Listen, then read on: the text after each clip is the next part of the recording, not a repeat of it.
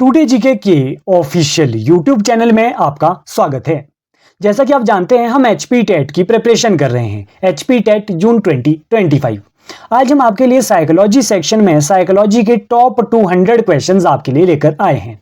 ये इस सीरीज का पार्ट 2 रहने वाला है। इससे पहले पार्ट 1 में हमने इस सीरीज में 50 क्वेश्चन डिस्कस कर लिए हैं। आज हम पार्ट 2 में जो है वो इससे आगे नेक्स्ट क्वेश्चन को डिस्कस करने वाले हैं। तो स्टार्ट करते हैं। क्वेश्चन नंबर 51 है यहाँ पे। Educational psychology is that branch of psychology which deals with teaching and learning.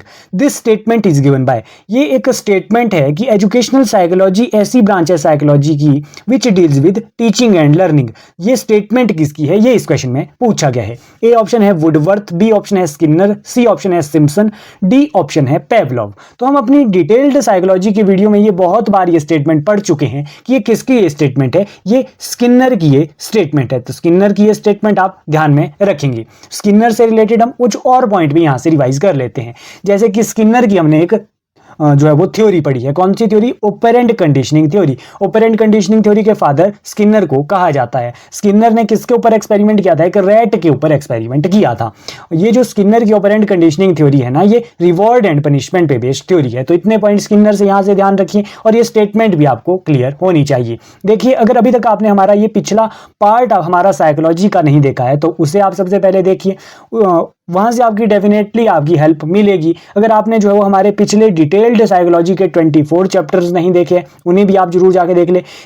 उन डिटेल्ड चैप्टर में हमने डिटेल में सभी कंसेप्ट की बात की है। वहां से आपको जो है वो बेनिफिट मिलेगा और इस टाइप के क्वेश्चन आप इजीली जो है वो सॉल्व कर सकते हो। नेक्स्ट क्वेश्चन की बात करते हैं, question number 52। Which of the following statement is not related to the nature of educational psychology? कौन सी स्टेटमेंट नॉट रिलेटेड नहीं है नेचर ऑफ एजुकेशनल साइकोलॉजी से? तो ए ऑप्शन है इट इज सोशल साइंस, यानी कि एजुकेशनल साइकोलॉजी की बात कर रहे हैं कि एजुकेशनल साइकोलॉजी सोशल साइंस है। बिहेवियरल साइंस है, सी ऑप्शन है it is a natural science, and D is it is a normative science. तो इसमें पूछा गया है कौन सा रिलेटेड नहीं है। तो मैंने आपको पहले ही बताया था कि एजुकेशनल साइकोलॉजी आपको क्या क्या याद रखना है कि एजुकेशनल साइकोलॉजी सोशल साइंस भी है, बिहेवियरल साइंस भी है, नेचुरल साइंस भी है, अप्लाइड साइंस भी है, लेकिन नॉर्मेटिव साइंस मैंने आपको नहीं बताया था। तो इसमें नॉट रिलेटेड पूछा है, तो नॉट रिलेटेड नॉर्मेटिव साइंस है। तो डी ऑप्शन इस क्वेश्चन का राइट आंसर हो गया। नेक्स्ट क्वेश्चन की बात करते हैं। नेक्स्ट क्वेश्चन है question number 53। Which of the following method is consider the most scientific and objective method of studying behaviour? कौन सा जो है वो एजुकेशन मेथड है जो most scientific and objective method होता है ऑफ स्टडिंग बिहेवियर? तो हमने जो है वो बहुत सारे एजुकेशनल मेथड हमने पढ़े हैं। तो ए ऑप्शन है ऑब्जर्वेशन मेथड, बी ऑप्शन है एक्सपेरिमेंटल मेथड, सी ऑप्शन है survey method, and D option है केस स्टडी मेथड। तो हमने पढ़ा है कि जो एक्सपेरिमेंटल मेथड है वो सबसे scientific, most scientific and objective method होता है। और हमने क्या एक्सपेरिमेंटल मेथड से पॉइंट पढ़े हैं, और हमने पढ़ा है कि एक्सपेरिमेंटल मेथड जो है वो केयरफुल कंट्रोल्ड कंडीशन में किया जाता है। कॉज इफेक्ट रिलेशनशिप इसमें स्टडी होता है, और variable dependent and independent variable का कंसेप्ट हमने पढ़ा था। ओके जी, तो एक्सपेरिमेंटल मेथड इस क्वेश्चन का राइट आंसर हो गया। देखिए यहाँ पे ऑप्शन में कुछ और मेथड भी है, जैसे ऑब्जर्वेशन मेथड। ऑब्जर्वेशन मेथड से क्या क्वेश्चन बनते हैं? ऑब्जर्वेशन मेथड से क्वेश्चन बनता है कि शाय चिल्ड्रन के लिए कौन सा मेथड यूजफुल होता है? तो शाय चिल्ड्रन के लिए ऑब्जर्वेशन मेथड यूजफुल होता है। स्पेशल नीड चिल्ड्रन के लिए जो है वो केस स्टडी मेथड यूजफुल होता है। तो यहां से ये क्वेश्चन भी हमने रिवाइज कर लिए। ओके जी, नेक्स्ट क्वेश्चन देखते हैं, question number 54। Motives can be A option है ऑब्जर्व्ड डायरेक्टली, बी ऑप्शन है use to define behaviour, C option है use to predict behaviour, and D option है अंडरस्टूड फ्रॉम बिहेवियर। कि जो मोटिव है होता है वो डायरेक्टली हम ऑब्जर्व कर सकते हैं? नहीं, ऐसा तो नहीं होता है। यूज टू डिफाइन बिहेवियर, बिल्कुल। जो मोटिव होता है किसी का भी हम मोटिव अगर लेंगे तो उससे क्या पता चलता है? उससे जो है वो बिहेवियर डिफाइन होता है। तो यही बी ऑप्शन ही इस क्वेश्चन का राइट आंसर बनेगा। देखिए, जो ये सेकंड पार्ट है, इसमें क्या है, इसमें थोड़े से एडवांस लेवल के क्वेश्चन मैंने आपको रखे हैं ताकि आपकी जो है वो आपको प्रैक्टिस हो सके। अगर आपको कितना भी डिफिकल्ट आपका एचपी टेट एग्जाम में साइकोलॉजी पूछी जाती है तो हमने जो है वो डिफिकल्ट लेवल के क्वेश्चन भी जो है वो प्रैक्टिस किए हुए होंगे। ओके, तो आपको जो है वो क्वेश्चन का लेवल इस पार्ट में थोड़ा सा हाई ही देखने को मिलेगा। ओके जी, नेक्स्ट क्वेश्चन की बात करते हैं, question number 55। Who was the main pro founder of functionalism? Functionalism के मेन प्रो फाउंडर कौन है? तो फंक्शनलिज्म के जो फादर हमने पढ़े हैं वो कौन पढ़े हैं? ए ऑप्शन है विलियम जेम्स, बी ऑप्शन है जेबी वॉटसन, सी ऑप्शन है Wilhelm Wundt and D option है एडवर्ड टॉलमैन। तो हमने पढ़ा है कि फंक्शनलिज्म के जो है वो फादर हमने पढ़े हैं विलियम जेम्स। तो ए ऑप्शन इस क्वेश्चन का राइट आंसर हो गया। यही जो है वो मेन प्रोपाउंडर थे फंक्शनलिज्म के। देखिए यहाँ पर जेबी वॉटसन भी ऑप्शन में है। जेबी वॉटसन हमने क्या पढ़ा है? जेबी वॉटसन से रिलेटेड हमने पॉइंट पढ़ा है कि जेबी वॉटसन फादर ऑफ बिहेवियरिज्म है। विलहेल्म वुंट भी यहाँ पे ऑप्शन में है। विलहेल्म वुंट जो हमने पढ़ा है कि स्कूल ऑफ साइकोलॉजी के फादर है। स्ट्रक्चरलिज्म के जो है वो विलहेल्म वुंट फादर है। तो यहाँ से ये पॉइंट यहाँ से रिवाइज हो गए। नेक्स्ट क्वेश्चन की बात करते हैं, question number 56। Which of the following is a cognitive psychologist? इनमें से कौन सा जो है वो कॉग्निटिव साइकोलॉजिस्ट है? ए ऑप्शन है पेवलोव, बी ऑप्शन है कोहलर, सी ऑप्शन है थॉर्नडाइक, डी ऑप्शन है स्किनर। इनमें से कॉग्निटिव साइकोलॉजिस्ट आपसे पूछा गया है। तो देखिए पेवलोव हमने पढ़ा है। पेवलोव की तो बिहेवियरिस्टिक थ्योरी है, तो ये तो बिहेवियरिस्टिक साइकोलॉजिस्ट है। सेकंड यहाँ पे डी ऑप्शन है स्किनर की भी हमने बिहेवियरिस्टिक थ्योरी पढ़ी है। थॉर्नडाइक की भी हमने बिहेवियरिस्टिक थ्योरी पढ़ी है। तो ये तो जो है वो कॉग्निटिव साइकोलॉजिस्ट नहीं हो सकते। तो ऑप्शन क्या बच गया? कोहलर। तो कोहलर ही जो है वो कॉग्निटिव साइकोलॉजिस्ट है। इस तरीके से एलिमिनेशन करके भी आप जो है वो आंसर निकालना सीखिएगा। ओके, कोहलर वैसे तो हमने पढ़ा है, कोहलर जो है वो गेस्टाल्ट थ्योरिस्ट थे, जिनकी थ्योरी का नाम क्या है वो आप कमेंट बॉक्स में बताएंगे कि गेस्टाल्ट जो थ्योरी है उस थ्योरी का क्या नाम है? कोहलर की थ्योरी का नाम। ये आपका कमेंट बॉक्स में आंसर आना चाहिए। नेक्स्ट क्वेश्चन की बात करते हैं। नेक्स्ट क्वेश्चन है, Albert Bandura gave which of the following theory? Albert Bandura ने की जो है वो कौन सी थ्योरी है इनमें से? ए ऑप्शन है मॉरल डेवलपमेंट की थ्योरी, बी ऑप्शन है मोटिवेशन की थ्योरी, सी ऑप्शन है social learning theory, D option है थ्योरी ऑफ पर्सनैलिटी। तो ये चार ऑप्शन आपको दिए गए हैं। एल्बर्ट बेंडूरा की आपको कौन सी थ्योरी देखने को मिलती है? तो हमने पिछले पार्ट में भी बहुत बार ये जो है वो थ्योरी रिवाइज की थी। कौन सी थ्योरी है बेंडूरा की? Social learning theory. D option इस क्वेश्चन का राइट आंसर है। सोशल लर्निंग थ्योरी का दूसरा नाम है ऑब्जर्वेशनल लर्निंग थ्योरी भी। ओके जी, तो ये भी यहाँ से जो है वो हमने याद आपको रखना है। नेक्स्ट क्वेश्चन की बात करते हैं। नेक्स्ट क्वेश्चन है question number 58। Which theory act as a bridge between behaviorist approach and cognitive approach? कौन सी थ्योरी इनमें से जो है वो ब्रिज का काम करती है बिहेवियरिस्टिक अप्रोच और कॉग्निटिव अप्रोच के बीच में? तो हमने ये पॉइंट भी अपनी डिटेल्ड साइकोलॉजी की वीडियो में कवर किया है। अभी तक अगर आपने हमारी डिटेल्ड साइकोलॉजी के 24 पार्ट अगर आपने नहीं देखे हैं तो वो सबसे पहले जाके देखिए, इससे आपको हेल्प मिलेगी और आप ऐसे क्वेश्चन को आप इजीली सॉल्व कर सकते हो। देखिए, तो हमने पढ़ा है कि सोशल लर्निंग थ्योरी जो है वो ब्रिज का काम करती है बिहेवियरिस्टिक अप्रोच और कॉग्निटिव अप्रोच के बीच। तो ये क्वेश्चन यहाँ से ध्यान हो गया। नेक्स्ट क्वेश्चन की बात करते हैं। नेक्स्ट क्वेश्चन है question number 59।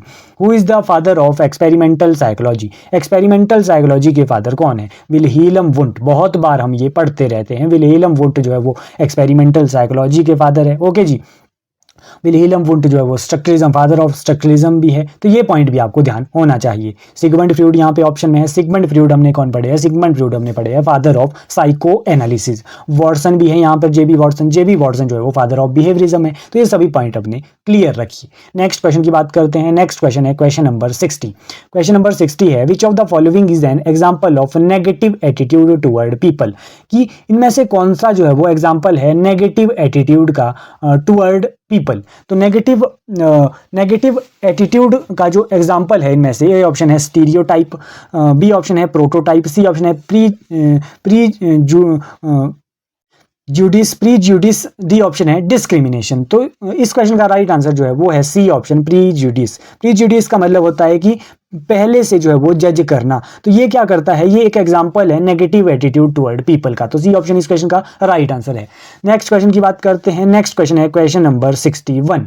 From the list of below option which does not contribute in memory? इनमें से कौन सा जो है वो मेमोरी में जो है वो कंट्रीब्यूट नहीं करता है? ए ऑप्शन है सम रेस्ट ऑफ लर्निंग। बिल्कुल, क्या रेस्ट का फर्क पड़ेगा मेमोरी पे? बिल्कुल, लर्निंग पे फर्क पड़ेगा तो मेमोरी पे भी फर्क पड़ेगा। इसका तो फर्क पड़ता है। इसमें पूछा गया है डज नॉट, जो does not contribute in memory, तो रेस्ट का तो फर्क पड़ता है। गोल बिहाइंड लर्निंग, बिल्कुल आपका अगर गोल आपका फिक्स रहता है लर्निंग के लिए तो आपको क्या रहेगा? मेमोरी का उसमें जो है वो कंट्रीब्यूट, मेमोरी का जो है वो उसमें फर्क रहता है। अगर आपका गोल जो अगर आपका सही रहेगा तो आप क्या करेंगे? अच्छे से लर्निंग करोगे और आपके मेमोरी में वो इंफॉर्मेशन जो है वो बहुत ज़्यादा टाइम तक स्टोर रहेगी। नेक्स्ट है इंटरेस्टिंग लर्निंग मटेरियल। जब लर्निंग मटेरियल जब इंटरेस्टिंग होगा तो आप ज़्यादा टाइम के लिए अपनी वो इन्फॉर्मेशन अपनी मेमोरी में स्टोर करके रखोगे। तो ये तीनों जो है वो मेमोरी के साथ मेमोरी में कंट्रीब्यूट कर रहे हैं। जबकि जेंडर का कोई फ़र्क, कोई रिलेशन है मेमोरी के साथ? नहीं, चाहे जेंडर कोई भी हो, आप लड़का हो लड़की हो, कोई फ़र्क नहीं है,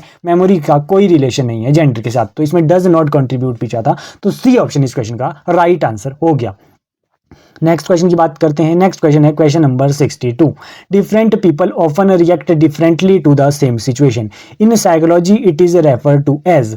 कि जो डिफरेंट पीपल है वो डिफरेंटली वो अलग अलग जो है वो रिएक्ट करते हैं इन सेम सिचुएशन में, उसे जो है वो साइकोलॉजी की भाषा में क्या कहते हैं? बहुत सारे लोग जो है वो अलग अलग जो है वो रिएक्ट करते हैं सेम सिचुएशन में, उसे नेटिविज्म कहते हैं, इंडिविजुअल डिफरेंस कहते हैं, मल्टीपल डिटर्मिनेंट्स कहते हैं, या फिर कॉमन सेंस कहते हैं। तो उसे हम साइकोलॉजी में इंडिविजुअल डिफरेंस कहते हैं। No two individual are same, तो हम ये पढ़ते रहते हैं साइकोलॉजी में। तो यही जो है वो इजी सा क्वेश्चन है इंडिविजुअल डिफरेंस से। ओके, नेक्स्ट क्वेश्चन की बात करते हैं। नेक्स्ट क्वेश्चन है question number 63।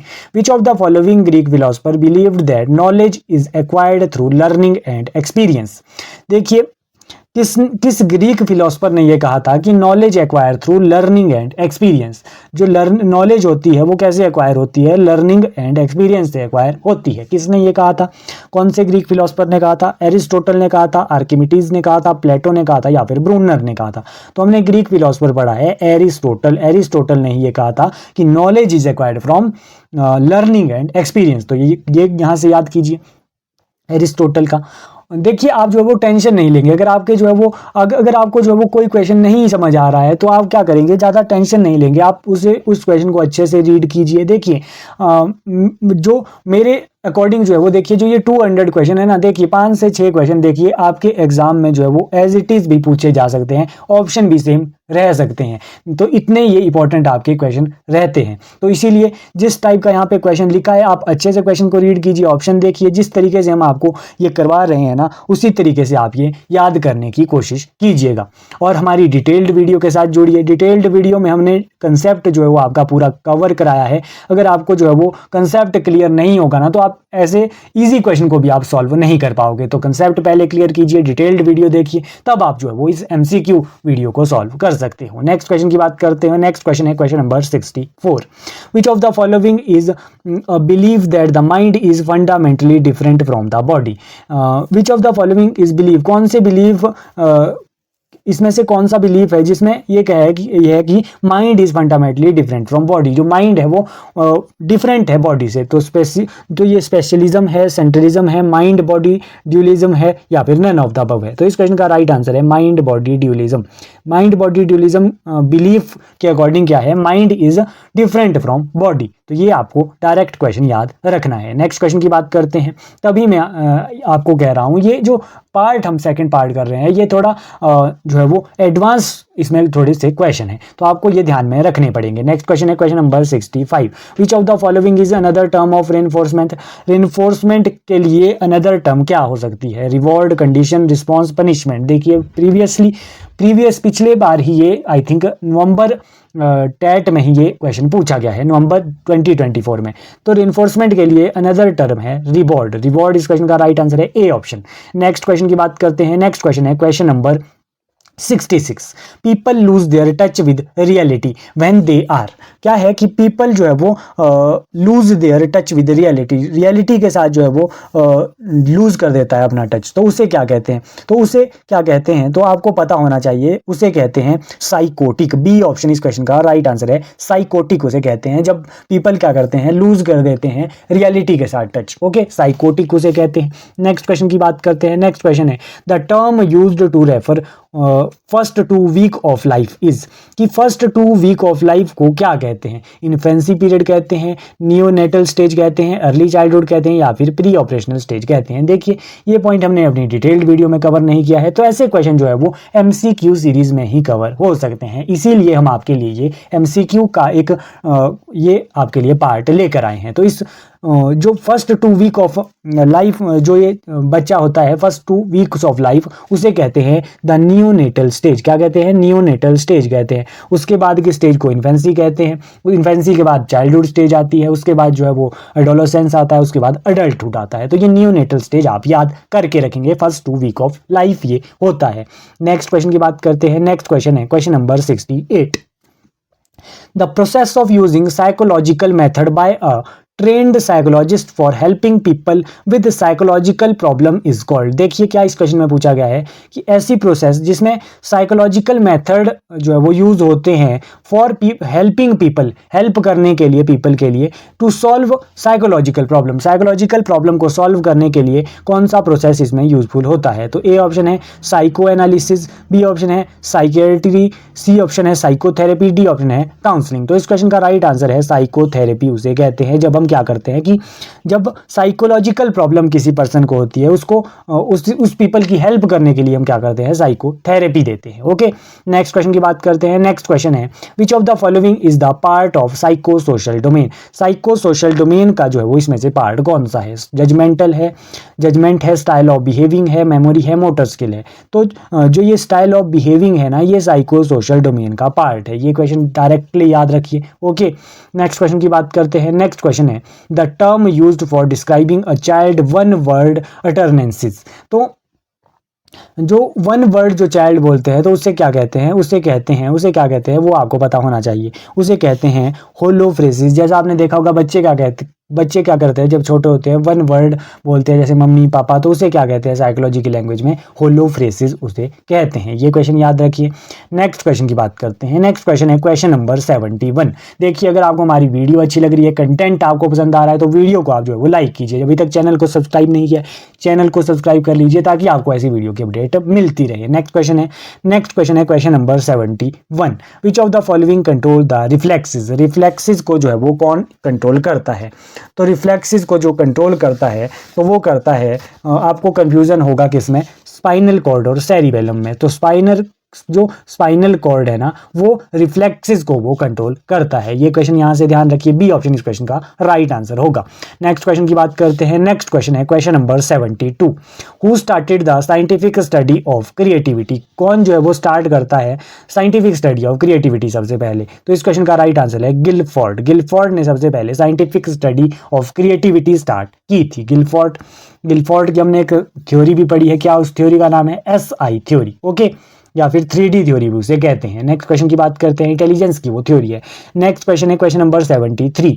Who is the author of the book the principle of psychology. अब ये एक बुक है प्रिंसिपल ऑफ साइकोलॉजी, किसकी ये बुक है? विलियम जेम्स की है, चार्ल्स डार्विन की है, सिगमंड फ्रॉइड की है, या फिर विल्हेल्म वुंट की है? तो हमने बहुत बार ये पढ़ा है कि जो प्रिंसिपल ऑफ साइकोलॉजी है ये किसकी बुक है? जो फंक्शनलिज्म के फादर है। कौन है फंक्शनलिज्म के फादर? बताइए। विलियम जेम्स इस क्वेश्चन का राइट आंसर होगा। नेक्स्ट क्वेश्चन की बात करते हैं। नेक्स्ट क्वेश्चन है क्वेश्चन नंबर 74। 74th क्वेश्चन है which of the following method is use for memorising a poem. कौन सा मेथड इनमें से यूजफुल होता है, यूज्ड होता है मेमोराइजिंग अ पोइम, पोइम को मेमोराइज करने के लिए? Serial memorising, syntactic memorising, distributed practice, या फिर नन ऑफ द अबव। तो इस क्वेश्चन का जो राइट आंसर है वो है डिस्ट्रीब्यूटेड प्रैक्टिस। डायरेक्ट ये क्वेश्चन याद कीजिए, डिस्ट्रीब्यूटेड प्रैक्टिस जो है वो ऐसा मेथड है, किसके लिए यूजफुल होता है? ये पोइम को मेमोराइजिंग करने के लिए। नेक्स्ट क्वेश्चन की बात करते हैं। नेक्स्ट क्वेश्चन है question number 75। If a student studies and practice hard with enjoyment and interest it is known as.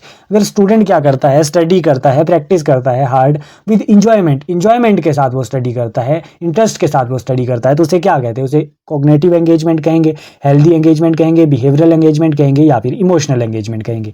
तो जब वो इंजॉयमेंट कर रहा है, फीलिंग अच्छे से इंटरेस्ट के साथ जो है वो ये स्टडी कर रहा है, तो उसे इमोशनल एंगेजमेंट कहते हैं। इमोशनल एंगेजमेंट इस क्वेश्चन का राइट आंसर है, डी ऑप्शन। नेक्स्ट क्वेश्चन की बात करते हैं। नेक्स्ट क्वेश्चन है who is the father of psychodynamic theory. Psychodynamic theory के फादर कौन है? देखिए ये क्वेश्चन भी हम पहले पढ़ चुके हैं। साइकोडायनेमिक थ्योरी का दूसरा नाम है साइको एनालिटिकल थ्योरी। अब तो आप इजीली बता पाएंगे कि साइको एनालिटिकल थ्योरी या फिर साइको डायनेमिक थ्योरी किसकी है? तो सिगमंड फ्रॉइड की है। कौन सा ऑप्शन है? Sigmund Freud, B option. Sigmund Freud इस क्वेश्चन का राइट आंसर होगा। ओके जी, नेक्स्ट क्वेश्चन की बात करते हैं। नेक्स्ट क्वेश्चन है question number 77। Study of qualities of a person is called as the. कि क्वालिटीज किसकी स्टडी करना, क्वालिटीज ऑफ अ पर्सन, उसे क्या कहते हैं, उसे क्या कहते हैं, तो ये आपको पता होना चाहिए कि उसे कहते हैं नोमोथेटिक अप्रोच। क्या कहते हैं? नोमोथेटिक अप्रोच उसे कहते हैं जब हम क्या करते हैं, किसी पर्सन की क्वालिटी को स्टडी करते हैं, उससे जो है वो नोमोथेटिक अप्रोच कहते हैं। नेक्स्ट क्वेश्चन की बात करते हैं। नेक्स्ट क्वेश्चन है क्वेश्चन नंबर 78। क्वेश्चन नंबर 78 है, who is the founder of individual psychology? Individual psychology के फाउंडर कौन है? ए ऑप्शन है एल्फ्रेड एडलर, बी ऑप्शन है एल्फ्रेड बिनेट, सी ऑप्शन है डेविड हल, डी ऑप्शन है नन ऑफ द अबव। तो इंडिविजुअल साइकोलॉजी याद रखना, कौन है इसके फादर या फिर founder? Alfred Adler. Alfred Adler जो है वो इंडिविजुअल साइकोलॉजी के फाउंडर है, जबकि एल्फ्रेड बिनेट हमने क्या पढ़ा है? एल्फ्रेड बिनेट जो है वो फादर ऑफ जो इंटेलिजेंस टेस्ट है, एल्फ्रेड बिनेट। तो दोनों पॉइंट यहाँ से रिवाइज हो गए। नेक्स्ट क्वेश्चन की बात करते हैं। नेक्स्ट क्वेश्चन है 79 question. Erikson gave which of the following theory? Erikson ने इनमें से कौन सी थ्योरी दी थी? ए ऑप्शन है साइको एनालिसिस, बी ऑप्शन है psychosocial theory, C option है operant conditioning theory, D option है डिफेंस मैकेनिज्म। देखिए सबसे पहले एरिक्सन की थ्योरी यहाँ पे पूछा गया है। साइको एनालिसिस किसकी है? सिगमंड फ्रॉइड की है, तो यही तो नहीं होगी। नेक्स्ट है डिफेंस मैकेनिज्म। डिफेंस मैकेनिज्म की बात भी सिगमंड फ्रॉइड ही अपनी थ्योरी में करते हैं। ऑपरेंट कंडीशनिंग किसकी है? स्किनर की ऑपरेंट कंडीशनिंग। तो साइको सोशल डेवलपमेंट थ्योरी किसकी है, जिसमें सोशल डेवलपमेंट एक पर्सन की कैसे होती है, ये एरिक्सन ने अपनी थ्योरी में बताया था। तो बी ऑप्शन इस क्वेश्चन का राइट आंसर होगा। देखिए आप जो है वो देख पा रहे होंगे, अगर आपका कंसेप्ट जो है वो क्लियर होगा ना, तो उन क्वेश्चन को आप इजीली सॉल्व कर पा रहे होंगे। जो आपका कंसेप्ट क्लियर नहीं है, उन क्वेश्चन में आपको दिक्कत आ रही होगी। तो ऐसा कोई बात नहीं, आपको टेंशन लेने की जरूरत नहीं है। अभी अब जब इन क्वेश्चन को कर रहे हैं ना, तो जो ये एडिशनल ये क्वेश्चन है ना, ये आपसे डायरेक्टली पूछे जाने वाले हैं आपके एग्जाम में, अगर पूछे जाएंगे। ओके, आप जो हमारी डिटेल्ड साइकोलॉजी की वीडियो को देख लीजिए, वहां से आपको हेल्प यहां से मिलेगी इन क्वेश्चन को सॉल्व करने में। Erikson gave which of the following theory, ये तो हमने पढ़ ही ली, psychosocial development theory. Next question है, जो Erikson theory of psychosocial development है, एरिक्सन ने इसमें 8 स्टेजेस की बात की थी, तो ये भी आपको क्लियर होनी चाहिए। कौन सी वो स्टेज थी, वो आप यहाँ से रिवाइज कर लीजिए। देखिए फर्स्ट स्टेज है trust versus mistrust, autonomy versus shame, third stage है initiative versus guilt, fourth stage है industry versus inferiority, fifth stage है identity versus role confusion, sixth stage है intimacies versus isolation, seventh stage है generativity versus stagnation and eighth stage है ego integrity versus disappear. ये आपको 8 के 8 stages clear होनी चाहिए। नेक्स्ट क्वेश्चन की बात करते हैं। नेक्स्ट क्वेश्चन है question number 80। Which of the following skill is associated with emotional intelligence? कौन सी स्किल इनमें से जो है वो इमोशनल इंटेलिजेंस के साथ एसोसिएट करती है? ए ऑप्शन है मेमोराइजिंग, बी ऑप्शन है मोटर प्रोसेसिंग, सी ऑप्शन है इनविजिंग, डी ऑप्शन है एम्फेथाइजिंग। तो इस क्वेश्चन का राइट आंसर है एम्फेथाइजिंग। एम्फेथाइजिंग का क्या मतलब होता है? एम्फेथाइजिंग होता है दूसरों की फीलिंग को समझना। तो इसमें पूछा गया था कि इमोशनल इंटेलिजेंस के साथ कौन सी स्किल जो है वो एसोसिएट करती है। तो इमोशन के साथ जो है वो फीलिंग, दूसरों की फीलिंग समझना, एक तरीके से हम कह सकते हैं कि एम्फेथाइजिंग होता है। तो एम्फेथाइजिंग इस क्वेश्चन का राइट आंसर होगा। नेक्स्ट क्वेश्चन की बात करते हैं। नेक्स्ट क्वेश्चन है question number 81। In the context of cognitive and language development, who said thought came first then language? ये स्टेटमेंट एक पूछी गई है कि किसने ये कहा था कि thought came first then language, पहले thought आते हैं उसके बाद लैंग्वेज आती है। तो ये स्टेटमेंट बहुत फेमस स्टेटमेंट है, पढ़ी है हमने डिटेल वीडियो में अपनी। जीन पियाजे की ये स्टेटमेंट है। जीन पियाजे इस क्वेश्चन का राइट आंसर है ए ऑप्शन। जीन पियाजे की एक और हमने पॉइंट एक पढ़ा है कि जीन पियाजे ने जो है वो चिल्ड्रंस को लिटिल साइंटिस्ट कहा था। तो ये क्वेश्चन आपको ध्यान हो गया। जीन पियाजे की कौन सी थ्योरी है? कॉग्निटिव डेवलपमेंट की थ्योरी है, जिसमें उसने 4 स्टेजेस की बात की थी। तो वो तो हम पढ़ते ही रहते हैं बार बार। नेक्स्ट क्वेश्चन की बात करते हैं। Question number 82। क्वेश्चन नंबर 82 है, the main aim of life skill is, कि लाइफ स्किल का मेन एम क्या है? ए ऑप्शन है to develop capabilities, B option है to develop ability according to demand and challenge, C option है to receive answer of every question, D option है to become good teacher. तो question में क्या पूछा गया था? क्वेश्चन पे पूछा गया था कि मेन एम क्या है लाइफ स्किल का। लाइफ स्किल का मेन एम क्या है कि कैपेबिलिटी को जो है वो डेवलप करना नहीं। लाइफ स्किल का जो मेन एम है वो है to develop ability according to demand and challenge. Demand and challenge के अकॉर्डिंग ही जो है वो एबिलिटी को डेवलप करना, ये लाइफ स्किल का एम है। याद करके रखेंगे ये पॉइंट भी। नेक्स्ट क्वेश्चन की बात करते हैं। नेक्स्ट क्वेश्चन है question number 83। Psychology is defined as the scientific study of. Psychology किस चीज की स्टडी है? पीपल एंड थिंग की स्टडी है? नहीं, पीपल एंड थिंग की स्टडी तो नहीं है, हमने पढ़ा है ये। इमोशन एंड बिलीफ की स्टडी है? बिल्कुल नहीं। परसेप्शन एंड रिलीजन की स्टडी है? नहीं। साइकोलॉजी क्या होता है? माइंड एंड बिहेवियर की स्टडी होता है। डी ऑप्शन इस क्वेश्चन का राइट आंसर है। नेक्स्ट क्वेश्चन है 84th क्वेश्चन। 84th क्वेश्चन है the scientific approach is more useful in answering question about dash than question about dash. की साइंटिफिक अप्रोच होती है वो मोर यूजफुल होती है in answering question about questions about A option है facts and value, B option है ideas and emotion, C option है values and fact, D option है emotion and fact.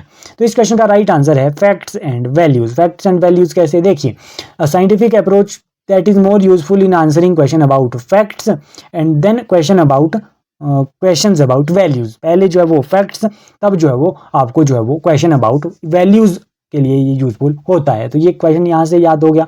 Next question की बात करते हैं। नेक्स्ट क्वेश्चन है question number 85। Dash is to nature as dash is to nurture. देखिए ये कहाँ से ये क्वेश्चन है? हेरिडिटी एंड इन्वायरमेंट चैप्टर से ये क्वेश्चन है। हमने क्या पढ़ा था? एक नेचर वर्सेस नर्चर डिबेट पढ़ी थी।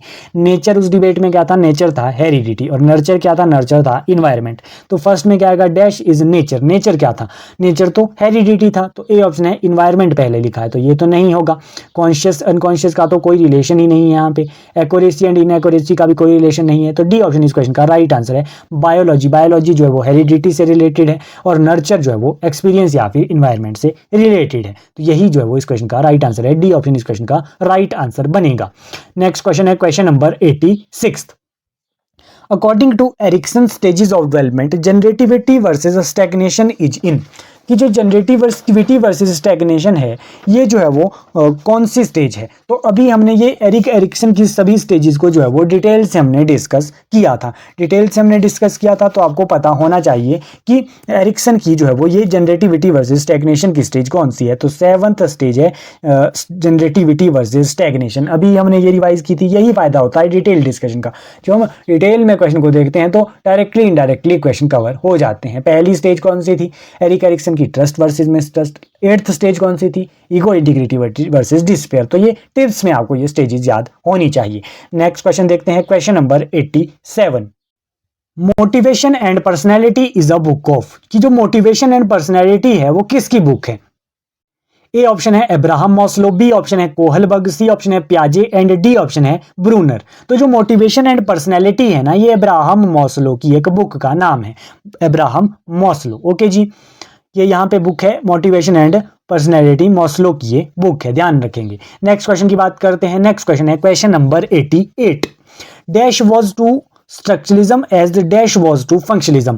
कि फंक्शनलिज्म, स्ट्रक्चरलिज्म के फादर कौन है, फंक्शनलिज्म के फादर कौन है, ये इस क्वेश्चन में पूछा गया है। देखिए स्ट्रक्चरलिज्म के कौन है? विलियम वुंट है, और फंक्शनलिज्म के कौन है? जेम्स है। तो वुंट और जेम्स, आपको कौन सा ऑप्शन दिख रहा है? वुंट और जेम्स। बी ऑप्शन इस क्वेश्चन का राइट आंसर बन गया। नेक्स्ट क्वेश्चन की बात करते हैं। नेक्स्ट क्वेश्चन है क्वेश्चन नंबर 89। देखिए वीडियो पसंद आ रही है, वीडियो को लाइक करते रहिए, ज्यादा से ज्यादा वीडियो को शेयर कीजिए, और कमेंट भी आप वीडियो पे कीजिए, ओके। नेक्स्ट क्वेश्चन की बात करते हैं। क्वेश्चन नंबर 89 है which school of psychology believe that it is impossible to objectively study the mind। कि इट इज इम्पॉसिबल है क्या स्टडी करना? माइंड की, ऑब्जेक्टिवली माइंड की स्टडी करना। तो ये किसके अकॉर्डिंग है? फंक्शनलिज्म के अकॉर्डिंग है, बिहेवियरिज्म के अकॉर्डिंग है, ह्यूमनिज्म के अकॉर्डिंग है, या फिर सोशलिज्म के अकॉर्डिंग। तो ये जो है वो बिहेवियरिज्म के अकॉर्डिंग हमने पढ़ा था कि it is impossible to objectively study the mind. तो बी ऑप्शन इस क्वेश्चन का राइट आंसर है। नेक्स्ट क्वेश्चन है question number 90। The behaviourists reject introspection method because. Introspection method को बिहेवियरिस्ट जो है वो रिजेक्ट किया था, क्यों? ए ऑप्शन है it was too slow, B option है it invaded people privacy, C option है it yielded too much data, D option है इट वाज टू सब्जेक्टेड। तो डी ऑप्शन इस क्वेश्चन का राइट आंसर है। ये पॉइंट भी हमने पढ़ा है कि जो इंट्रोस्पेक्शन मेथड है वो कैसा मेथड है? बहुत ही ज़्यादा सब्जेक्टिव मेथड ये है। बाकी सभी मेथड जो हमने पढ़े हैं जैसे एक्सपेरिमेंटल मेथड, ऑब्जर्वेशन मेथड, ये कैसे मेथड थे? ये ऑब्जेक्टिव मेथड ये थे। इट वाज टू सब्जेक्टिव, इसीलिए बिहेवियरिस्टिक इसे जो है वो रिजेक्ट करते हैं। नेक्स्ट क्वेश्चन की बात करते हैं। नेक्स्ट क्वेश्चन है क्वेश्चन नंबर 91।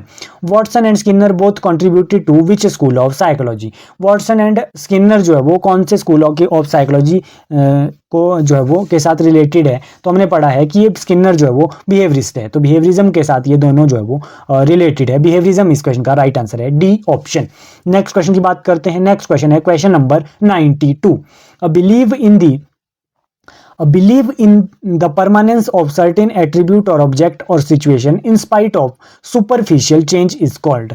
कि परमानेंस ऑफ सर्टेन एट्रीब्यूट और ऑब्जेक्ट और situation in spite of superficial change जो होता है उसे क्या कहते हैं, एनिमिज्म उसे कहते हैं। एनिमिज्म तो नहीं होता है, एनिमिज्म का मतलब होता है कि जब बच्चा जो है वो सभी नॉन लिविंग चीज़ों को भी लिविंग समझने लगे। कंडीशनिंग भी नहीं है, कंडीशनिंग तो जो है वो रिस्पॉन्स और स्टिमुलस के साथ रिलेशन होता है। तो इस क्वेश्चन का राइट आंसर है कंजर्वेशन। कंजर्वेशन हमने पियाजे की थ्योरी में पढ़ा है। पियाजे की कौन सी स्टेज में जो है वो बच्चा कंजर्वेशन का कंसेप्ट सीख जाता है, तो सुपरफिशियल चेंज का कंसेप्ट सीख जाता है। सुपरफिशियल चेंज होता है कंजर्वेशन।